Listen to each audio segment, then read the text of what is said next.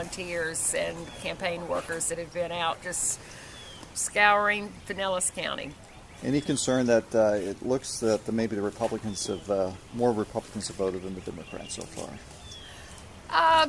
This is a district that's pretty evenly split, and I'm confident at the end of Tuesday that we're going to have the votes we need to send my voice to Washington.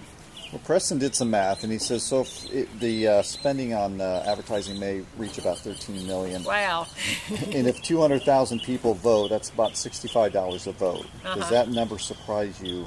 And what does that say? Yes, it's a stunning number, and it's ridiculous, and it's over the top, and it's hard to know what to say about all this outside spending that's happened in this race. Is this an indicator of what the national races are going to be like?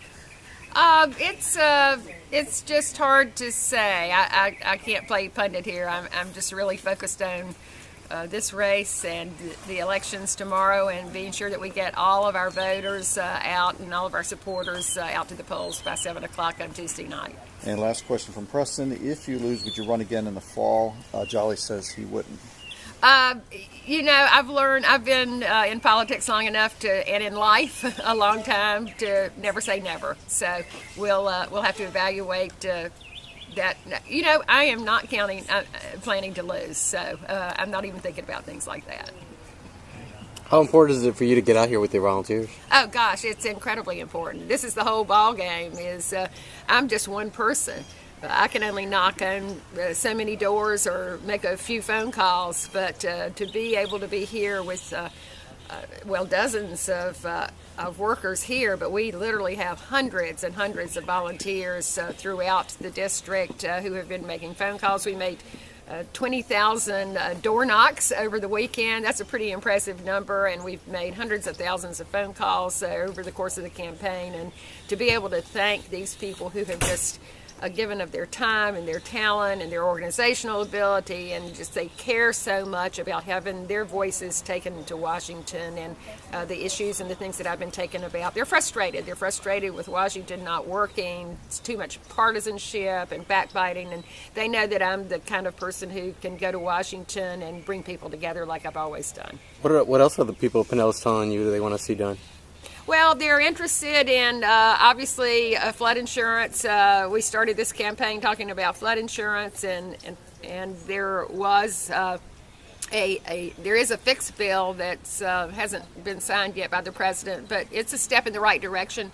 But there's still an incredible amount of work that I need to do on flood insurance and the way the rates are calculated. People in the district are very concerned about Social Security and Medicare. We have a large senior population. But what I'm finding is that seniors, they care about themselves, but they care more about their children and their grandchildren, and being sure that their children have Social Security and Medicare when they get to be 65 plus.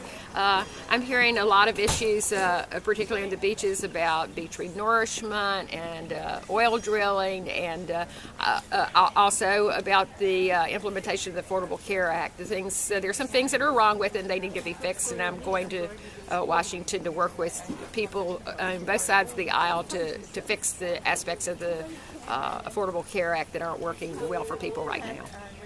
How do you feel about these sort of grassroots efforts? Do you think that in a way they do more for you than the TV ads that cost so much money? Oh yes, one of the most positive things about this campaign has been that we recognize from the very first that it was going to be all about, at the end of the day, getting out the vote and the grassroots efforts involved, and that's a good thing.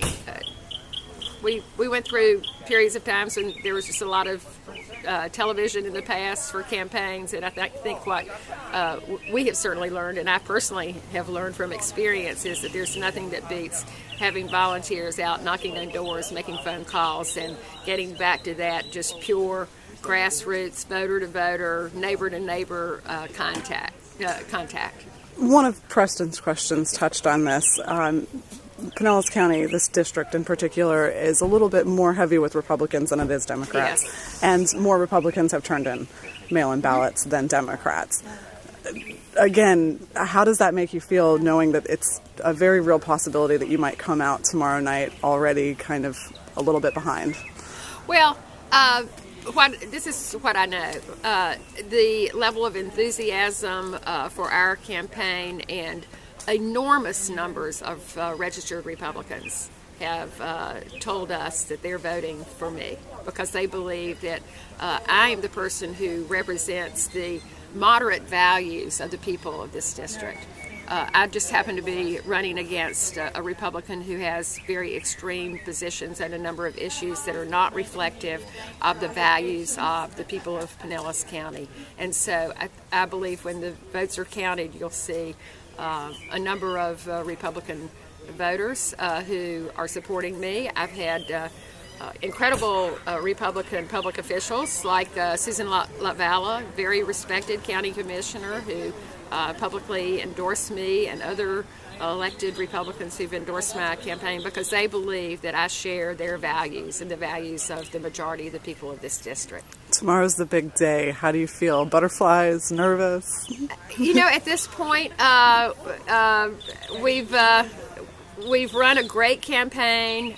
We've gathered together tens of thousands of people who are supporting us. They're supporting my message. They believe that I have the background and the experience as a business person and as a public elected official to take their voice to Washington to solve problems. And it's at this point in time, it truly is in the hands of the voters, and we just want to encourage everybody to exercise their right to go out and vote at the polls tomorrow by 7 o'clock if they haven't already.